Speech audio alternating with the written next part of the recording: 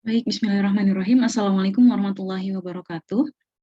Baiklah teman-teman, di video kali ini kita akan membahas secara singkat dari materi kita yang sebelumnya, yaitu mengenai efek biaya sosial dari pasar monopoli atau yang kita sebut dampak ya. Ada dampak apa sih dari praktek pasar monopoli? Nah, salah satunya adalah terjadinya inefisiensi pada pasar monopoli, yaitu berupa, ya betul sekali, berupa dead weight loss. Kenapa terjadi dead weight loss? Nah, di pasar monopoli ini ada perusahaan yang mengandalkan kekuatannya, kan dia punya kekuatan ya teman-teman. Jadi dia mengandalkan kekuatannya itu untuk mengatur harga sehingga di situ akan terjadi harga yang tadinya tidak seperti harga biasa di pasaran lah, gitu kurang lebih ya. Nah, ini adalah berupa konsekuensi, dead weight loss ini adalah konsekuensi dari penetapan harga ya.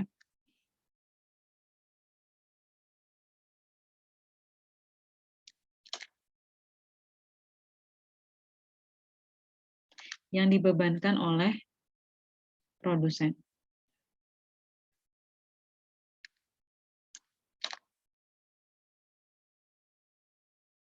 Nah, sebelumnya teman-teman, kita lihat ada kurvanya, ini sudah kita bahas sebelumnya ya, di video sebelumnya.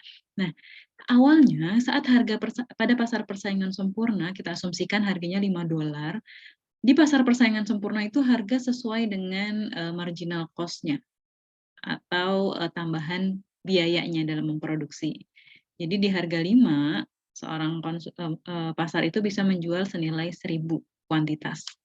Berarti ini adalah output saat terjadi PPS atau pasar persaingan sempurna. Namun kemudian karena adanya kemampuan monopoli, kayak kemudian ada mampu memonopoli gitu ya, maka dia bisa menetapkan harganya. Misalnya ini industri apa ya? Misalnya PLN, misalnya sebelum diatur pemerintah ya, dia bisa menaruh harganya lebih tinggi. Apa yang terjadi jika harganya lebih tinggi? Gitu ya. Pertama, kita geser dari harga 9 kepada garisnya demand. Kita lihat di sini. Ya, nah, bertemu dengan garisnya MR dengan MC. Berarti menunjukkan di situ titik optimumnya pasar monopoli memproduksi. Berarti misalnya kita anggaplah ini turun menjadi 600. Kenapa turun? Karena harganya lebih mahal. Nah, kondisi ini mengalami penurunan produksi, inilah yang disebut sebagai kejadian DWL. Atau ada inefisiensi pada pasar monopoli. Kenapa inefisiensi? Karena terjadi penurunan kuantitas output. Nah, ini output pada monopoli. Nah, di mana posisi DWL-nya? Berarti posisi DWL adalah terjadi di sini. Nah, inilah yang disebut sebagai dead weight loss, atau ada wilayah konsumen surplus dan ada wilayah produsen yang tidak dinikmati.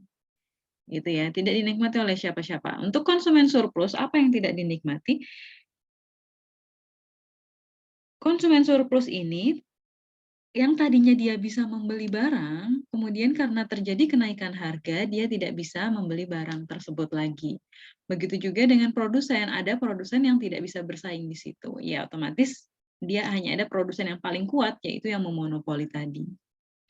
Nah, apa ya solusi dari inefisiensi ini? Solusi dari inefisiensi. Kalau kayak gini gimana ya solusinya? Salah satunya adalah pemerintah bisa menjaga harga.